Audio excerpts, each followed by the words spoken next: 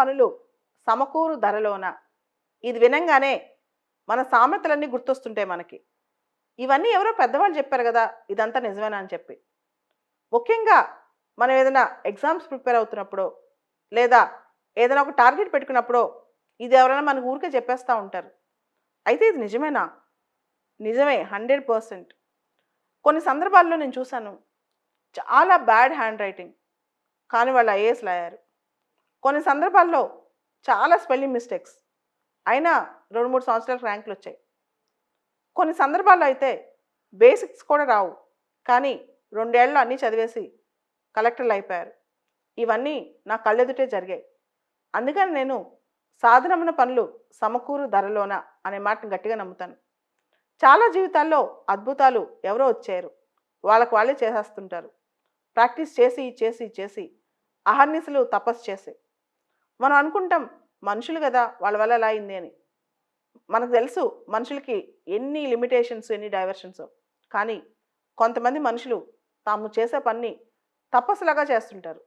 ఆ తపస్సుకి ఎండ్ ఉండదు. కంటిన్యూస్‌గా చేస్తుంటారు. ఒక తపస్సు. ఆ తపస్సుతో వాళ్ళు ఏం చేస్తారంటే పోరాడుతూ ఉంటారు. నేను సాధించాలి, సాధించాలి అనే తపంతో. పొద్దునుంచి సాయంత్రం వరకు, అవసరమైతే అర్ధరాత్రి వరకు ఎన్ని ఆరాటాలొచ్చినా, ఎన్ని పోరాటాలొచ్చినా ఈ పని మాత్రం ఆపరనమాట. ఇలాంటి వాళ్ళకి విజయం వాళ్ళ దరికి దగ్గరకొచ్చేస్తదనమాట. సో, ఇది గట్టిగా నమ్మండి.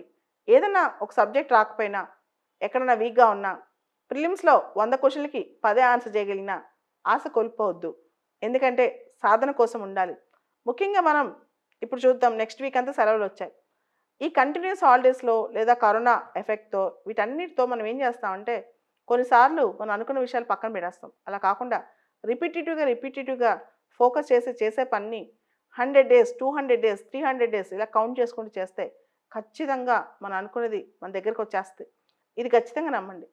ఎందుకంటే ప్రపంచంలో చాలా కథల్లో సామాన్యమైన వ్యక్తులు చాలా పెద్ద పెద్దవి అచీవ్ చేసి చూపిచ్చారు. దానన్నిటికీ వాళ్ళు చేసిన పనేంటి తెలుసా? ప్రాక్టీస్. ఈ ప్రాక్టీస్ కంటిన్యూయస్‌గా తప్పు 10 సార్లు చేస్తాం, 20 సార్లు చేస్తాం, 100 సార్లు చేస్తాం.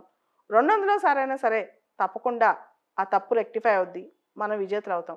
సో, అన్ని సార్లు అందరికీ లక్ గాని, టాలెంట్ గాని హెల్ప్ చేయలేకపోవచ్చు. కానీ ఖచ్చితంగా మనం చేసిన ప్రాక్టీస్ మాత్రం మనం ప్రాక్టీస్‌తో చేసిన హార్డ్ వర్క్ మాత్రం మనతోనే ఉంటది. అది మనల్ని ఇంకా స్ట్రాంగ్ చేసి ఒక్కసారి ఆ ప్రాక్టీస్, హార్డ్ వర్క్ స్టార్ట్ చేసిన తర్వాత ఏదైనా పర్ఫెక్ట్‌గా చేసే శక్తి మనకొచ్చేస్తదనమాట.